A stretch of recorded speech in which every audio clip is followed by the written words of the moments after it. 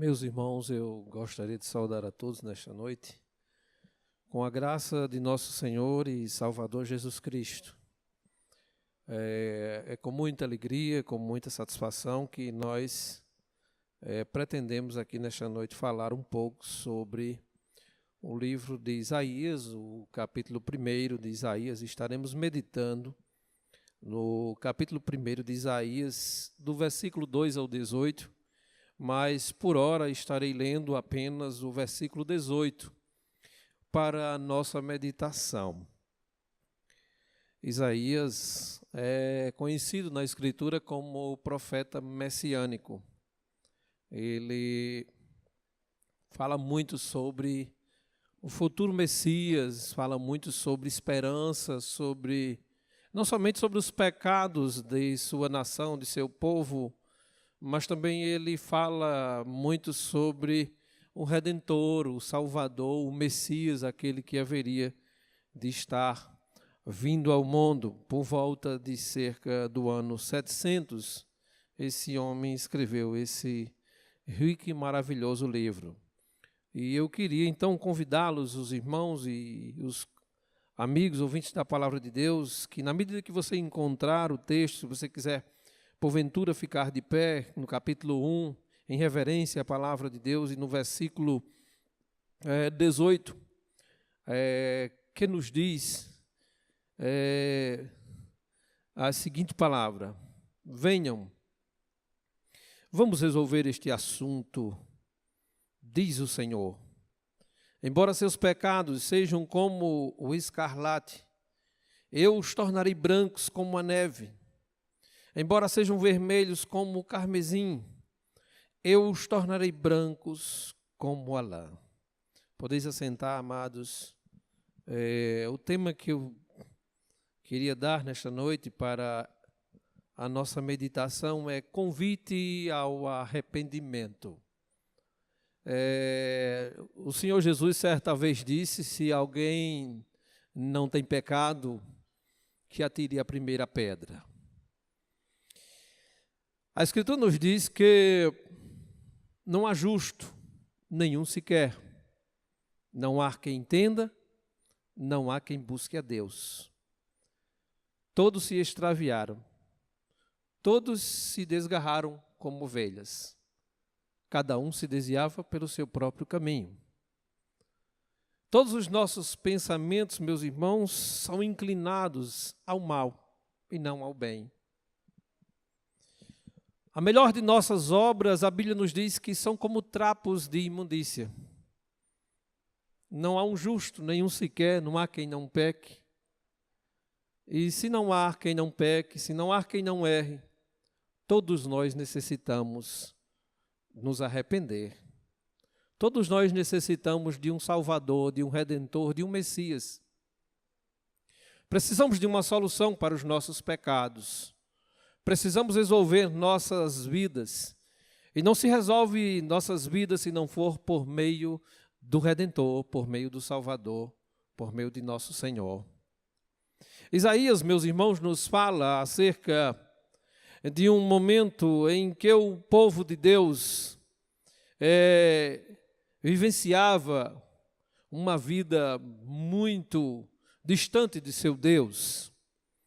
E é justamente sobre esse texto, sobre esse primeiro capítulo, que eu queria, junto aos irmãos, refletir sobre não só a pecaminosidade do povo de Deus, não só sobre as transgressões da nação de Israel, de Judá, do povo de Judá, mas refletir também, meus irmãos, sobre como Deus ele opera em nossas vidas, opera em nossos corações, em nossas mentes, para que a gente possa se voltar para Ele, visto que demos as costas para Deus. O texto diz claramente que Israel, ele deu as costas para Deus. É notável o fato de que no capítulo 1, no versículo 4, diz as Escrituras que Esse povo, ele desprezou Deus, ele rejeitou Deus e, portanto, deram as costas para Deus como um esposo ou uma esposa dá carta de divórcio a seu esposo. Assim foi Israel. Então, meus irmãos, convite ao arrependimento é um convite a gente refletir primeiro sobre a ingratidão de um povo que recebeu da parte de Deus todo o cuidado, todo o bem, recebeu leis, que recebeu coisas maravilhosas da parte de Deus. E apesar de ter tantos benefícios, apesar de ter acesso a tantas coisas boas, mesmo assim, esse povo se volta contra o próprio Deus. Então eu queria inicialmente dar continuidade à nossa leitura e ler esses 4 primeiros versículos. Se você puder continuar com sua Bíblia aberta no capítulo 1, no versos 2 e 4, que diz o seguinte: ouçam, ó céus, preste atenção, ó terra. Assim diz o Senhor: os filhos que criei, dos quais cuidei, se rebelaram contra mim. Até mesmo o boi conhece seu dono, e o jumento reconhece o cuidado de seu senhor. Mas Israel não conhece seu Senhor. Meu povo não reconhece meu cuidado por ele. Ah, como é pecadora esta nação, sobrecarregada pelo peso da culpa. São um povo perverso, filhos corruptos que rejeitaram o Senhor, desprezaram o Santo de Israel e deram umas costas para ele. Preste bem atenção, meu amado e minha amada, e meus irmãos e irmãs e amigos, que Deus aqui está chamando a atenção para uma realidade. Ele diz: ouçam, ó céus, prestem atenção, ó terra. A criação de Deus, deveria ser uma espécie de testemunha do que estava ali Deus a chamar a atenção. Como um juiz chama alguém, um réu, para acusar, aqui está Deus chamando o seu povo, chamando aquele povo que ele amou, que ele deu vida para ele, que ele deu leis para ele, que ele tirou eles lá do Egito, da casa da servidão, que ele usou Moisés para fazer isso, prescreveu sacrifícios para esse povo, mostrou meios desse povo se aproximar dele, se achegar a ele. Apesar de tudo isso, esse povo despreza esse Deus. Os filhos que criei, dos quais cuidei, se rebelaram contra mim. Aqui a gente percebe uma ingratidão enorme. É uma ingratidão muito grande. Deus criou, Deus formou, Deus cuidou desse povo, mas apesar disso, esse povo não reconhece, esse povo não é grato a Deus. E a forma de ser grato seria ser obediente às leis de Deus, simplesmente assim. Ser obediente às suas prescrições. Deus mostrou o bem que ele desejava para o povo. E o modo como eles deveriam se relacionar com Deus era por meio da obediência. No livro de Deuteronômio estava escrito sobre as bênçãos de Deus mediante a guarda dos seus mandamentos. E também estava escrito no livro de Deuteronômio que as maldições de Deus quando o povo fosse desobediente. Então o povo tinha diante de si a oportunidade de obedecer a Deus, guardar seus mandamentos, seus estatutos, suas leis.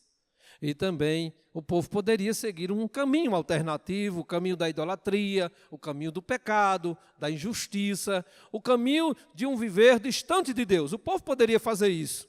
Deus propõe o caminho certo, o caminho apertado, a porta estreita. Jesus falou disso no Novo Testamento muito claramente e falou e fala para nós hoje também, né? Deus propõe um caminho para o homem. Diz, olha, tem um caminho que eu lhe proponho, tem uma vida que eu lhe proponho, tem uma direção que eu lhe mostro. Minha palavra, ela deve ser luz para o seu caminho. Ela deve ser lâmpada para os seus pés. Mas aí o que a gente vê é um povo que é ingrato em relação ao seu Criador, é ingrato à providência de Deus. Olhe para você agora nesse momento, de onde você veio? De onde nós viemos? Nós não somos frutos do acaso. Nós não estamos aqui nesse mundo por acaso. Houve um Criador que criou todas as coisas, que deu vida. Nós fomos trazidos à existência quando não existíamos, por meio da sua palavra criadora. Então nós estamos aqui porque Deus quis que nós estivéssemos aqui hoje. Então a gente deve contemplar essa realidade de onde a gente veio. Embora você tenha um pai, embora você tenha uma mãe, embora você tenha um avô, isso aí é parte das suas origens? É, mas não é a parte inicial de suas origens.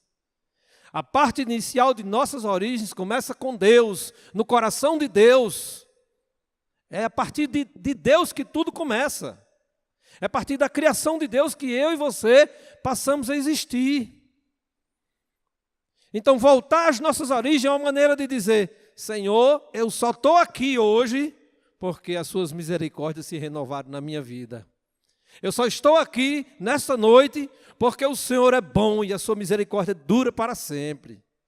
Eu só estou aqui nessa noite porque Deus é cheio de compaixão. Eu só estou aqui nessa noite e tenho saúde porque Deus me deu essa saúde. Então, se eu sou alguma coisa, se você é alguma coisa, é por causa de Deus que você é alguma coisa. E se é por causa de Deus que somos alguma coisa, devemos nos voltar para o nosso Criador, para o nosso Redentor. Quando a gente chega no versículo 3 que a gente leu, é interessante a gente notar que ele diz que até mesmo o boi conhece seu dono e o jumento reconhece o cuidado de seu senhor. Isaías agora pega muito pesado com o povo de Deus. Ora, seria comum eu e você reconhecer o nosso Criador naturalmente. Nós somos inteligentes, nós temos entendimento. Mas o que Isaías está dizendo aqui é que os animais são muito mais inteligentes do que a gente. Isso não é absurdo? O boi, ele conhece o seu senhor, aquela pessoa que cuida dele, o boi sabe. Um animal, ele sabe, ele conhece aquele que alimenta ele, que cuida dele, que dá água a ele. O boi conhece. O jumento também conhece. Em outras traduções chama-se de asno, né? Então, esses animais conhecem o seu dono, reconhecem isso, percebem. Note um cachorro, né? Quando ele vê o seu dono, o que ele faz? Ele reconhece o seu dono. A gente sabe que, eu não sei se os irmãos já assistiram um filme, né? Eu não lembro agora o nome, mas tem um filme que o cara tinha um cachorro e aí todas as vezes ele ia lá para a estação esperar o seu dono. E eu me emocionei muito com esse filme. E esse cara morre, e esse cachorro fica indo lá esperar ele durante muitos e muitos anos. Ele reconhecia o seu dono, mas a gente olha para nós pecadores, às vezes a gente não reconhece de onde a gente veio, não reconhece Deus, não reconhece o que Ele tem nos dado, as bênçãos que Ele nos tem dado, o rico privilégio de viver, o rico privilégio de fazer escolhas, o rico privilégio de poder abençoar vidas. Ao invés disso, a gente é ingrato. Meus irmãos, há algumas aplicações para nós nesse primeiro momento. A gratidão deveria refletir em um viver santificado, respeitoso e honrado para com o Senhor de nossas vidas. É isso que deveria existir em nossos corações, em nossas vidas. Na vida do povo de Deus deveria existir isso. Um viver santificado, respeitoso, honrado. Porque Deus é santo e Ele merece isso, Ele merece toda a nossa honra, todo o nosso louvor, toda a nossa adoração. Ainda como aplicação, devemos nossa existência a Deus. Tudo que temos, tudo que somos e tudo que um dia seremos, vem de Deus. Portanto, honrar a Deus em tudo é o mínimo que eu e você podemos fazer. Fomos criados para glorificar o nosso Deus. Paulo disse isso muito bem quando escreveu aos Coríntios. Ele disse: quer vocês comam, quer vocês bebam, fazei tudo para a glória de Deus. E por fim, nós temos um exemplo de Davi, no Salmo 103. E a gente não poderia deixar de falar deste salmo. Fala de duas coisas aqui de Davi. Primeiro, quando ele recebeu as ofertas no livro de Crônicas, quando todo o povo trouxe aquelas ofertas para Deus, aí ele disse: Senhor, quem somos nós para dar alguma coisa ao Senhor? Nós apenas estamos devolvendo aquilo que o Senhor já nos deu. Ele entendia o que era honrar a Deus, o que era, de onde ele tinha vindo, e tudo que ele tinha, ele diz: olha, foi o Senhor que me deu. Eu só tenho alguma coisa porque o Senhor me deu. E aí, no Salmo 103, ele diz: bendize, ó minha alma, o Senhor. E tudo que é em mim, bendiga, ou bendiza o teu santo nome. Nós devemos bendizer o nosso Deus. Nós não devemos ser tão ingratos como esse povo aqui estava sendo para com Deus. Amém, amados? O convite ao arrependimento é um convite, meus irmãos, a olhar para a sua ruína e o seu fracasso. A partir do versículo 5, se você tiver com a sua Bíblia aberta ou o seu celular, não sei se você usa a Bíblia, né? A partir do versículo 5 até o 9, nós lemos as seguintes palavras: porque continuam a atrair castigo sobre si, vão se rebelar para sempre? Sua cabeça está ferida, seu coração está enfermo, estão machucados da cabeça aos pés, cheios de contusões, vergões e feridas abertas. E não há ataduras, nem óleo para dar alívio. Sua terra está em ruínas. Suas cidades foram queimadas, estrangeiros saqueiam seus campos diante de vocês e destroem tudo que vem pela frente. A bela Sião está abandonada, como o abrigo do vigia no vinhedo, como a cabana numa plantação de pepinos, como a cidade que foi sitiada, que foi cercada. Se o Senhor dos Exércitos não houvesse poupado alguns de nós, teríamos sido exterminados como Sodoma e destruídos como Gomorra. O que nós vemos aqui, meus irmãos, é um convite a olhar para a ruína e seu fracasso. Meus irmãos, o pecado, ele acaba com sua vida. O pecado, ele acaba com o sentido da sua vida. O pecado, ele tira de você a sua liberdade. O pecado tira de você a capacidade de você ir e vir. O pecado, no caso aqui Israel, ela foi sitiada, ela foi cercada. No caso aqui de Israel, estava em ruínas. Tudo estava dando errado para esse povo. Essas eram as consequências do pecado. O pecado, meus irmãos, acaba pouco a pouco com sua vida. E é por isso que o escritor, de modo sarcástico, ele pergunta: vocês ainda vão continuar no erro?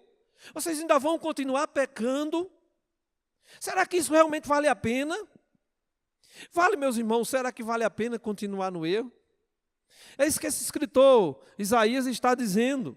Vale a pena continuar no erro? No verso 5, veja, eu vou repetir. Porque continuam a atrair castigo sobre si. Vão se rebelar para sempre. Sua cabeça está ferida, seu coração está enfermo. Eles estavam atraindo castigo para eles, sabe por quê? Porque eles continuavam no erro. Meus irmãos, quando a gente continua no erro, não pode esperar outra coisa de Deus senão o castigo de Deus, senão o juízo de Deus, senão a ira de Deus. Sabe por quê? Porque Deus é um Deus santo. E como santo que é, Ele julga o pecado. Ele castiga a cada um de nós. A Escritura nos diz que Deus, como o Pai que é, Ele castiga todo aquele que recebe como filho. E a razão dele castigar e não matar é tentar trazer o seu filho de volta, assim como um pai, quando castiga um filho, o objetivo maior não é matar o filho, mas tentar trazer aquele filho de volta para os trilhos. Tentar trazer o pecador de volta para o caminho da santidade. O castigo, meus irmãos, de Deus, não é com o intuito de matar o pecador, mas é com o intuito de levar o pecador a se arrepender, a se voltar para Deus, a reconhecer a sua culpa e o seu pecado. Será que vale a pena continuar no erro? O que estava acontecendo? O texto diz que eles tinham perdido a saúde, a cabeça ao pé, o coração, ferimento, cidade em ruína, não existia nenhum alívio. Isaías está dizendo a seu povo que seus pecados estão arruinando suas vidas. E o pecado arruína. Veja quantas pessoas aí estão entregues ao pecado. Quantas pessoas estão entregues aos vícios. Seus vícios vão matando pouco a pouco a sua capacidade. Quantas pessoas talentosas nós nos encontramos aqui em Apodi, meus irmãos. Pessoas que têm um talento maravilhoso, ou até que tinham talentos maravilhosos, mas que morreram em uma vida miserável, sem nenhum valor, sem nenhuma significância. Não é que faltava talento para elas, talentos não faltava, o que faltava era direção, o que faltava era abandonar os seus pecados, era isso que faltava. Você pode ir atrás, se você fizer um levantamento de sua vida, se você fizer um levantamento desde do passado até hoje, e olhar, olhe para a ruína que existe na sua vida, se você observar bem direitinho, sabe quem foi que fez isso?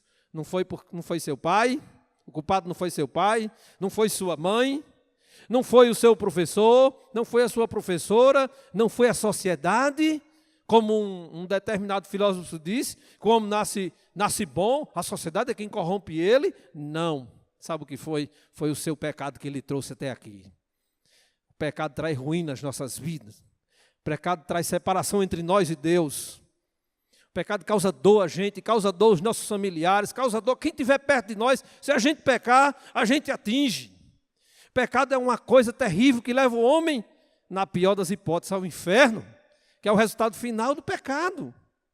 Então Isaías está tratando esse povo, dizendo, peraí, não sigam por aí não, porque esse caminho não é o melhor caminho não. Então ele está propondo para aquele povo que eles deveriam ir numa outra direção. Porque esse caminho ali já é conhecido. Ele é aquela porta larga que Jesus falava. Ele é aquele caminho largo que Jesus falava. É aquele caminho onde você pode fazer tudo, não tem nenhum problema. Pode curtir a vida, pode fazer o que você quiser. Pode continuar a pecar. No livro de Provérbios diz que o homem insensato, ele vive no pecado. E aí ele diz, olha pecador, nos capítulos primeiros de Provérbios, lá, lê só o capítulo 1 e o 2 que você vai ver lá. Só se você continuar aí, no dia da sua ruína, a sabedoria diz, eu vou rir de você. Sabe por que eu vou rir de você? Porque quando eu chamei você para se voltar para as palavras que eu tenho para lhe dizer, quando eu chamei você para o caminho da sensatez, você continuou no caminho da insensatez. Agora sofra suas consequências. Agora vá pagar pelos seus erros. Não é à toa que a Escritura diz, lembra-te do teu Criador nos dias da tua mocidade. Salomão foi um homem que teve a sabedoria de Deus, mas apesar disso, cometeu muitos erros. E a gente não tem nem notícia de que Salomão foi salvo ou não, a Bíblia não diz. Né? Fica com aquela incógnita, será que Salomão foi salvo? Eu não sei, que a Bíblia não diz, nem que sim, nem que não. Mas sabe o que a Bíblia diz sobre Salomão? E ele mesmo diz isso no livro de Eclesiastes. Ele diz, tudo que os meus olhos viram e o meu coração desejou, isso eu fiz. E aí ele conta lá no livro de Eclesiastes as coisas que ele fez, as coisas que ele construiu, as milhares, tinha mais de 1000 mulheres que ele tinha, e o reino, o esplendor de todo o seu reino. Mas quando ele chega no último capítulo, no capítulo 12, sabe o que é que ele diz? Ele diz que tudo era vaidade, né? Vaidade, mas quando ele chega no capítulo 12, ele olha, ele diz, sabe, a conclusão que a gente pode chegar, depois de a gente experimentar tudo isso, teme a Deus, ele diz, e guarda os seus mandamentos, porque um dia Deus chamará você para prestar contas. É isso que ele diz. E aqui está Isaías dizendo para aquele povo, olhe para aí, não vá por esse caminho. Esse caminho é perigoso.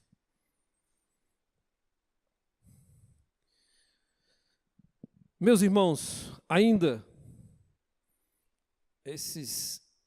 não sou muito dado à tecnologia, não, parece. Ainda continuando no texto em que a gente leu,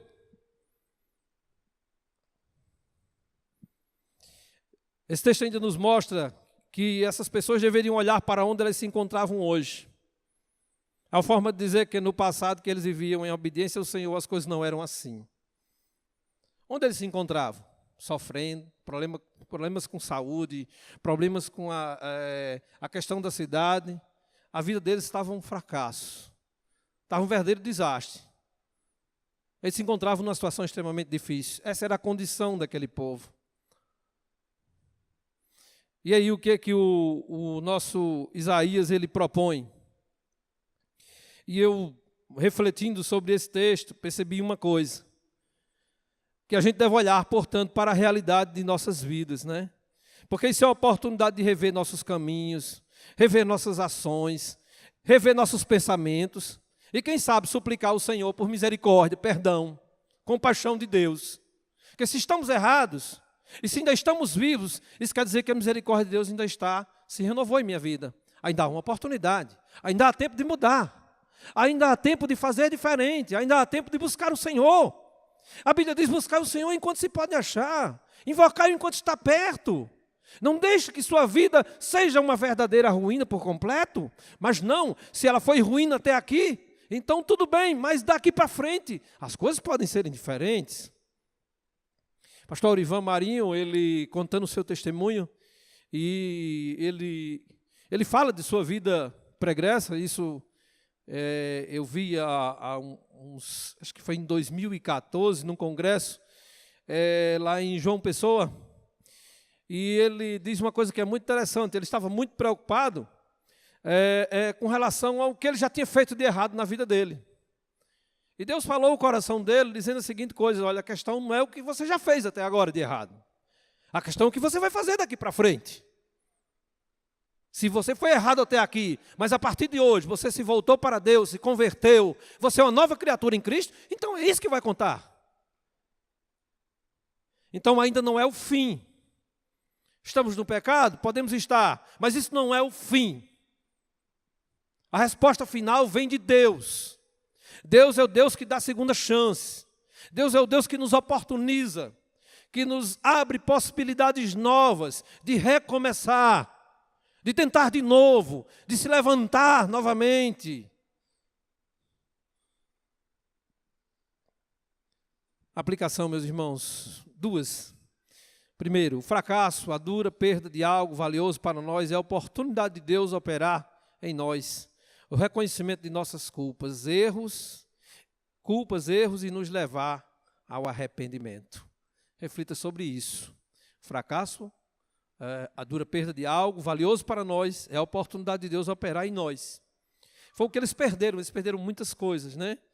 E quando a gente reconhece nossas culpas, nossos erros, isso termina nos levando ao arrependimento. Porque o convite de Deus é para que a gente se arrependa. Esse é o convite de Deus.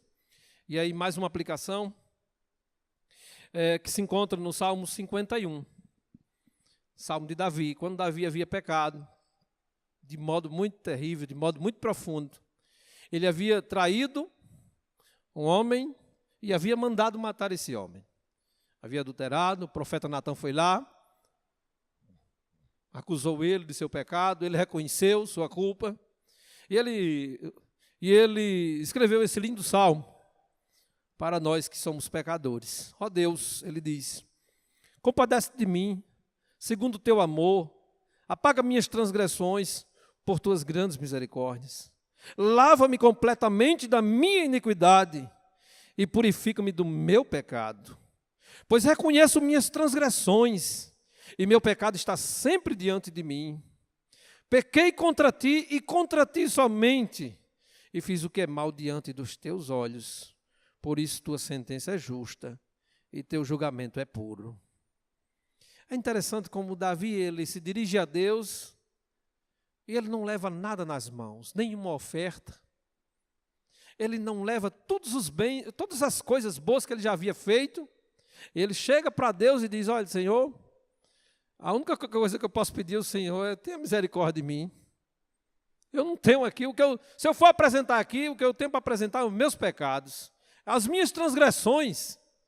É isso que Davi leva para Deus, sabe, meu irmão? A gente precisa levar até Deus os nossos pecados, as nossas culpas, os nossos erros, o nosso orgulho, a nossa vaidade, o nosso egoísmo, a nossa maldade, a nossa impureza, a nossa impiedade, porque Deus nos purifica de todo pecado. A gente precisa fazer isso, se quisermos o perdão de Deus. Mas ainda não acabamos. Ainda vamos seguir um pouco mais adiante. Terceiro ponto, um convite a refletir sobre o culto que se presta a Deus. No versículo 10 em diante, nós temos um culto. Ouçam a palavra do Senhor, líderes de Sodoma. Prestem atenção à lei de nosso Deus, povo de Gomorra. O que os faz pensar que desejo seus muitos sacrifícios, diz o Senhor. Estou farto de holocausto de carneiro e da gordura de novilhos gordos. Não tenho prazer no sangue de touros, de cordeiros e de bodes. Que eles pediram que fizessem esse alvoroço por meus pátios, quando vêm me adorar. Parem de trazer ofertas inúteis. O incenso que oferecem me dá náusea. Suas festas de lua nova, seus sábados e seus dias especiais de jejum são pecaminosos e falsos. Não aguento mais suas reuniões solenes. Odeio suas festas de lua nova e celebrações anuais. São um peso para mim, não as suporto. Não olharei para vocês quando levantarem as mãos para orar. Ainda que ofereçam muitas orações, não os ouvireis, pois suas mãos estão cobertas de sangue. O culto que se prestava aqui a Deus, né? Coisa boa é um culto, né? Não existe coisa melhor. E nós somos criados para cultuar a Deus, para bendizer o seu nome, para adorar a Ele. Sim, nós somos feitos para isso. Isaías disse que estava havendo um culto a Deus.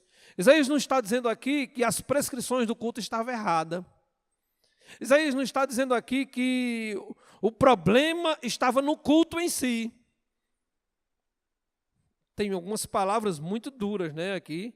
Primeiro, nós percebemos que a liderança e o povo são chamados de Sodoma e Gomorra. Veja só, essa nação, que é um povo de Deus, é chamado, os seus líderes, o seu povo, como Sodoma e Gomorra, duas cidades extremamente corruptas e pecaminosas, que foram, inclusive, alvo do juízo de Deus. E ele começa assim, de modo muito duro, né? Depois, ao invés de povo de Deus, né, como eu vou ler essa parte aqui, isso é um sinal de que, sem um viver santo, Deus nos faz Senhor e não reconhece seu povo como sendo seu.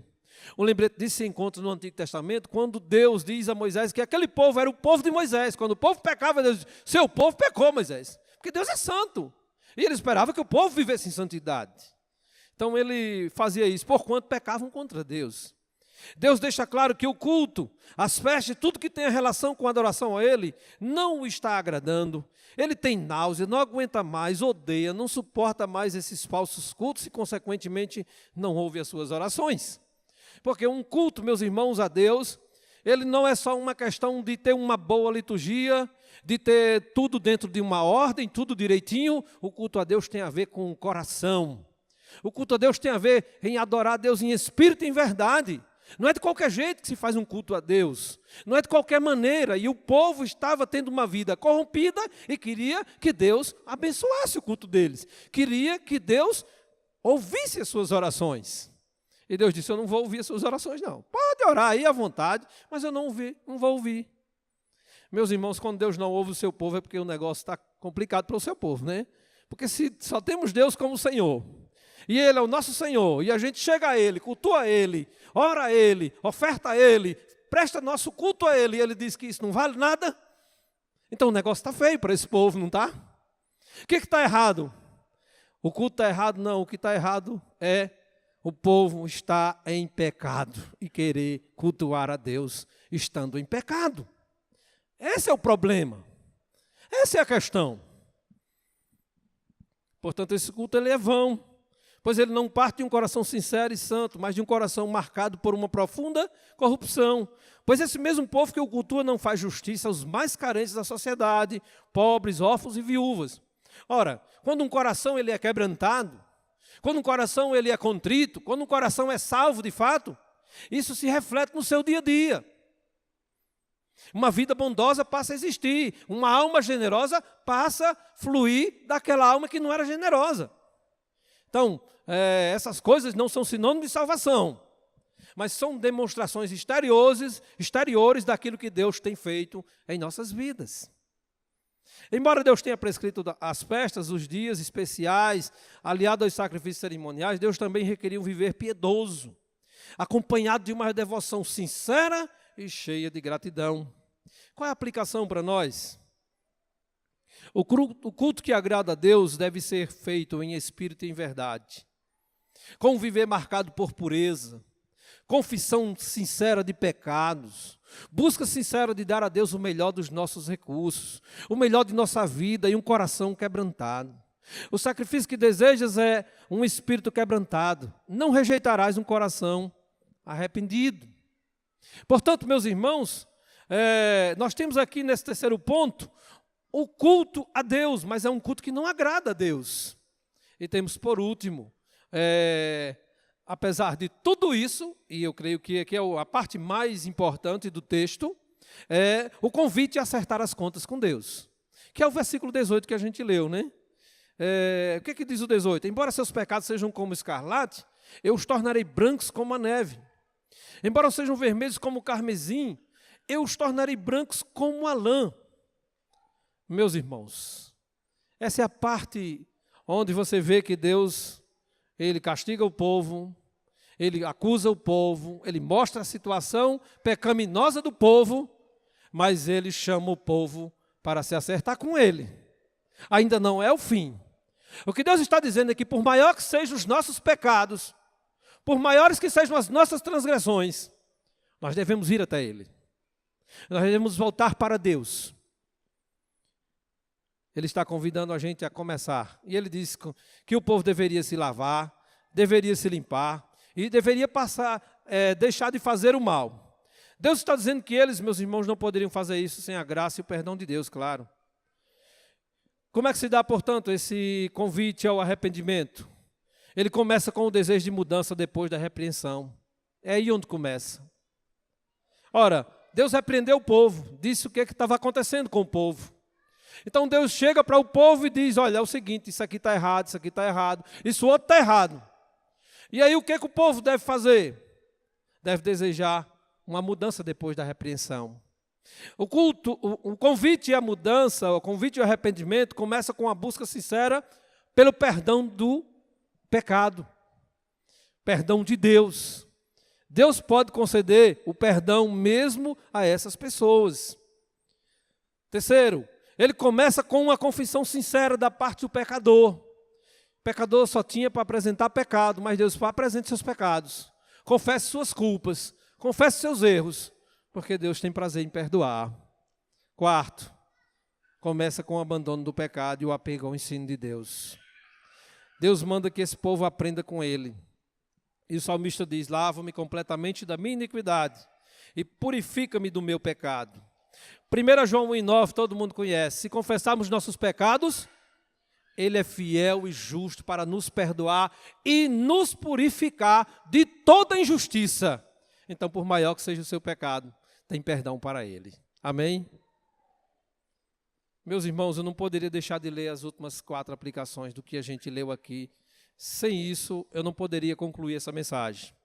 Que diz a seguinte coisa. Primeiro, ingratidão, meus irmãos, é um sinal de nossa rebeldia para com Deus e o seu cuidado para conosco. Devemos levar a sério a nossa facilidade de esquecer rapidamente o nosso dever para com Deus, que é de sermos gratos por tudo que temos e já somos. Segunda aplicação para a nossa vida. A nossa ruína e nossas perdas pode bem ser um sinal do castigo divino sobre nossas vidas. Deus ainda fala com seus filhos por meio da dor e do sofrimento. Atentemos para isso. Terceiro, seguir algumas prescrições divinas quanto ao culto não é um sinal de que estamos no caminho certo em nossa adoração a Ele. Mas um viver santo é o que agrada mais a Deus. Quarto e último, apesar de todos os nossos pecados, devemos buscar a Deus em tempo oportuno, pois Ele é grande e misericordioso, e o sangue de seu Filho nos purifica de todo pecado.